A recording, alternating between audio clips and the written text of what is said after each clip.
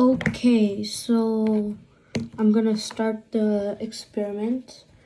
So it says to draw horizontal stripes with my marker. I'll just draw two. I already drew it, but I'm just gonna bold it out.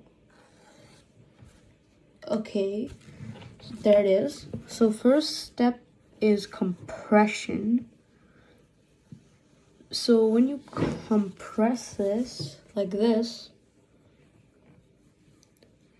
I can see that it got like way more darker and shorter, of course.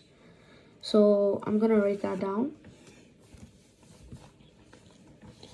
So I wrote it down and I also drew it. It used to be tall like this, and then when I compressed it, it became short like this. And I also wrote it got shorter and darker. And then number 4 is you have to basically apply tension. So I'm gonna use a different one just so you can see it clearly. This is tension. Basically, I'm just pulling it. So I pulled it. You can see it got skinnier, shorter, lighter, taller. And now the sponge, before it was like this, and now it's kind of like taller because the compression affected and stayed. So I drew it right here. It says I wrote it grew taller and lighter. This was the one before, and this is after. Oh, sorry, this is the one before, this is after.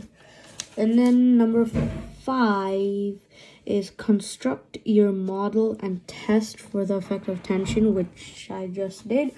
So I don't know if it's saying to make a model that it would look the same. If it is, this is the one. So I'm done creating my model. What I basically just did is I made it shorter. As you can see, I cut it with scissors. And then I made this bolder than this. So when you pull it, it kind of like the height stays the same. And also the same amount of bold. So I'm pulling the top one, but not pulling the bottom one. As you can see, this one is now cut, and basically, yeah, it's cut. And next is number 6, which is to create torsion, which is just twisting. So I'm gonna observe it right now. So I'm gonna twist it. Okay, so I twisted it. I did the torsion. There's a big gap in the middle, and also like looks like that. There's a gap in the middle, so I'm gonna draw that. And I also believe it looks like a dog bone. I wrote it down, it looks like a dog bone. And there's a big gap. I also drew it, as you can see right here.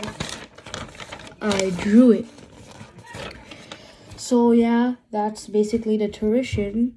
And I don't know if I'm supposed to fill in the gap in the middle or not, but I'm gonna do it just in case. So just give me a minute. Okay, so basically I just drew 2 lines here, and then let me just fix this. And then I kind of drew some lines here. So now, as you can see, when I do the torsion, it looks like it's connected, but a little weirdly. So that's basically number 6. So I'm gonna draw that. It's basically just a dog bone again, but it has lines connected, so it doesn't look ugly like that. See? It's pretty easy. And then number 7 Part B, teacher demonstration. Make observation as your teacher creates a shear force is in a sponge. Observe any space. Okay, I think this is observe any effects on spacing of lines on the sponge as it is being torn apart. Record your observation, including a sketch. Okay, so I'm gonna, for tearing this apart, I'm gonna use this one because I already cut it. So let's see, so basically what's happening, I'm putting compression, but instead of compressing like this, I'm compressing like this. So I'm putting compression, tension, and torsion at the same time. So I'm putting compression, tension, and torsion, which I just ripped. And now, so basically I use compression, torsion, and tension to rip it off. But if I only use tension, it's harder and more uneven. And if I only use torsion, it's not gonna work. If I didn't use compression, it would basically be impossible. You'd have to it'd basically be impossible. So I think that's it. I don't think I was supposed to do number 7, but I still did it just in case. So yeah, that's basically it for what I've done. Thank you for watching, and assalamu alaikum.